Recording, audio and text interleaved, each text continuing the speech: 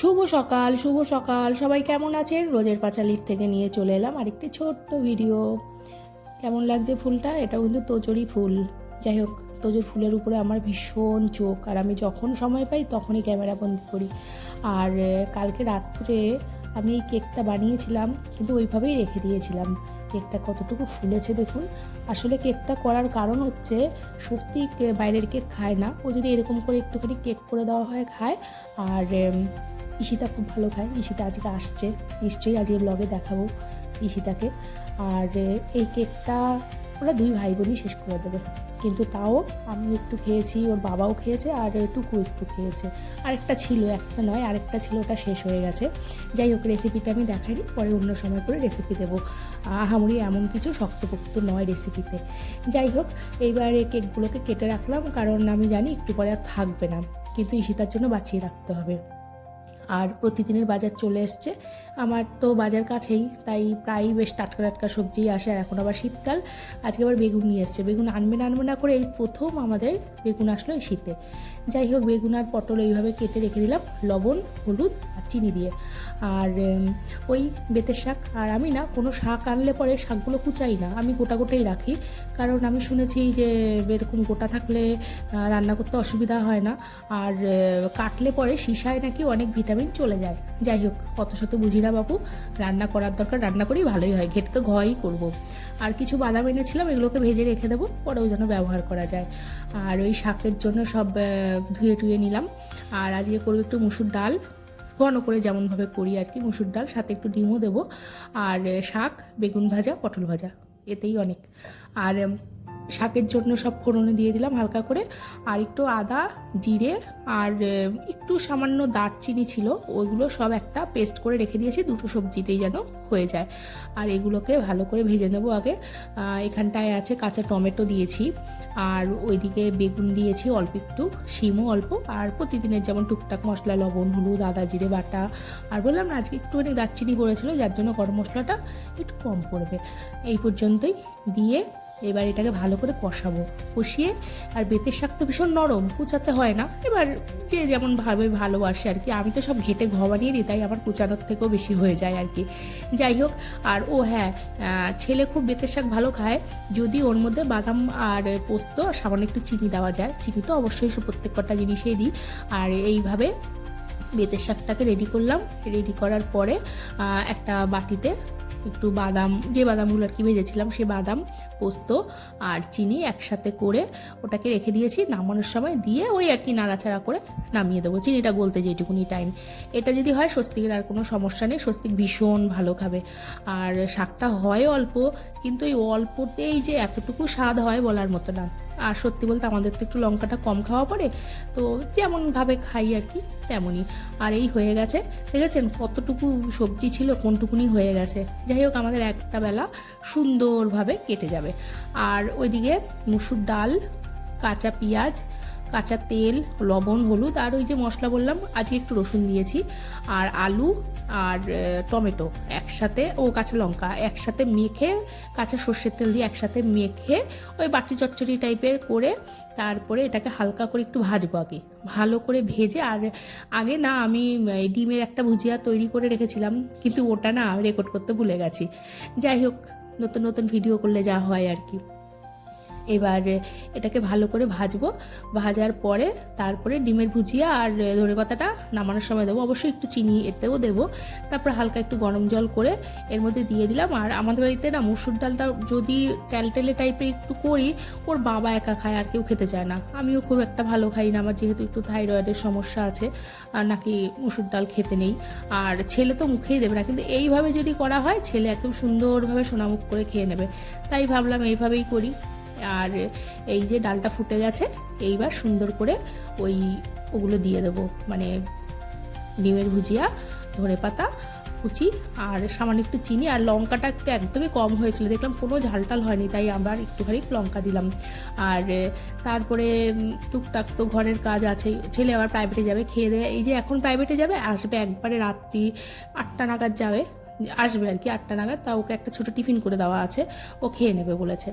আর এইবার আমার ছোটোখাটো ঘরের প্রচুর কাজ আছে, কালকে যে জামা কাপড়গুলো আছে সেগুলো গোছাইনি, সোফার মধ্যে তো বসলে পরে সেই সোফার আর জাত থাকে না, কী আর করা যাবে, ওটাই সংসার। আর এই যে ছেলে বেরিয়ে গেল, আর ছেলে বেরিয়ে গেলে এইবার আমার পেছনে প্রচুর কাজ, মানে প্রচুর কাজ, মানে এত বাজে অবস্থা হয়ে আছে জামা কাপড়গুলো, মানে আমাদের থেকে জামা কাপড়ের ভার বেশি হয়ে যাচ্ছে। এবার এগুলোকে গোছাবো, ইস্ত্রিরগুলো আলাদা করব, কারণ ও পরেছিল যে কদিন 3টে পাঞ্জাবি, আমার 2টো জামা, সব কিছু এগুলো সব আলাদা করে এগুলো এই ঘরে নিয়ে আসলাম, এগুলো ইস্ত্রি করব কালকে।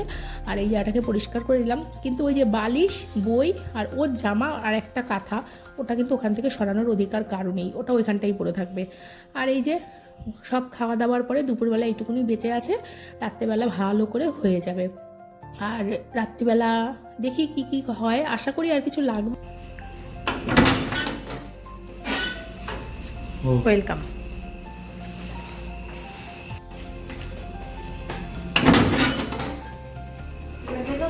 ওয়েলকাম। কোন বাড়িতে কেউ থাকে না? হ্যাঁ থাকবে না কেন? আস্তে আস্তে আস্তে আস্তে। ঈশিতা কামিং। তুললাম একটু, পুরো ফুল হয়ে গেছে। আমার ঠাকুরটাকে দিয়েছিস তুই? রাধা কৃষ্ণ ও কবে ঢেকে দিয়েছে? আমাকে রাখার জায়গা দেয়নি। হ্যাঁ, এই যে কেক আর চা, বল কি বলবো? ওই যে কেক আর চা। কি বলবো, বলার মতো কিছুই নেই। আনএক্সপেক্টেড। ও, আমি তোর জন্যই কেক করেছি, কিন্তু থ্যাংক ইউ। আমি জানি তুই কেকটা পছন্দ করিস, তোর ভাই তো আরেকদিনও হবে। এই 2 পিসি বেঁচে আছে, আর নেই কিন্তু, শেষ। সব শেষ। তাকে তুই জানিস তো ভাই কেমন খায় কেকটা, চিনিটা কম দিয়েছে বলে। দিতে হতো তোমার। তাহলে তুই আসতি, তাই তো অত রাতে? রাতে বানিয়েছো? হ্যাঁ রাতে বানিয়েছি, আজকে সকালে ইয়ে করলাম। সকালে ঠিক আছে, আবার হবে তো, অসুবিধাটা কোথায়। আর ওই চাটা ভালো করে ঝাঁঝি দিয়েছি, খেয়ে দেখ, আশা করি ভালো লাগবে। হ্যাঁ। জানি তোমার ভালো লাগবে। এই যে ঈশিতার গল্প করছিলাম, এই যে ঈশিতা কতগুলো ভ্লগে তোর কথা বলেছিস জানিস তুই? আমি তো দেখিনি। তোর ব্যাপারে সব জানে, মানে যারা যারা কি নিত্য বা রোজ যারা দেখে তারা সবাই জানে তোর ব্যাপারে। দেখতে হবে মাথা। হ্যাঁ।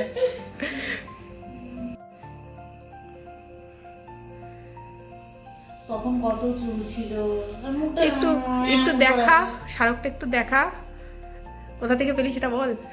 এক মুঠো স্বপ্ন ফাউন্ডেশন। থ্যাংক ইউ এক মুঠো স্বপ্ন ফাউন্ডেশন ফর মি। এই তুই খা, আগে খা, ওটা পরে রাখ, দে ওটা, দে হাতে দে ওটা, নাহলে তুই খাবি না, খেয়ে নে। হ্যাঁ ভালো আছে চা?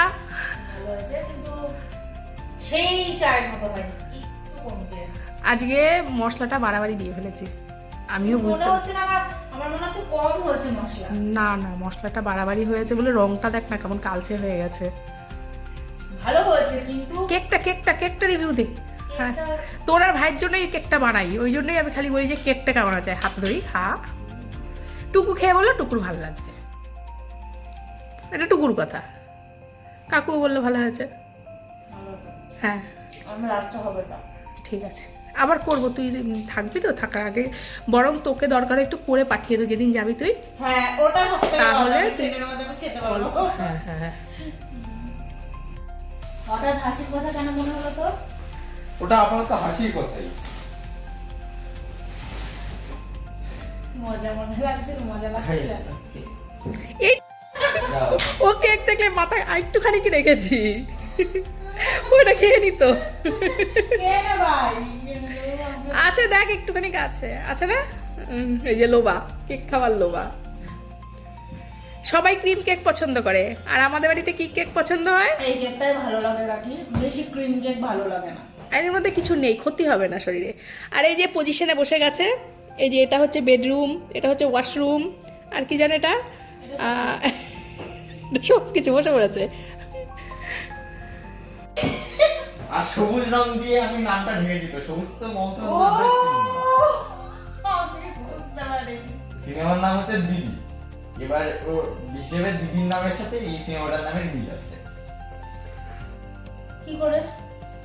নামে মিলি, দিদি আর মমতা বন্দ্যোপাধ্যায়ের নামও দিদি। ও কি যন্ত্রণা। এটা হচ্ছে কানেকশন। এত ব্রেন খাটিয়ে আমি এটা হচ্ছে কানেকশন। আর এই 3 নম্বর প্রশ্নটা এখন এই প্রশ্ন উত্তর চলবে, তাই তো? জাহাঙ্গীরনগরের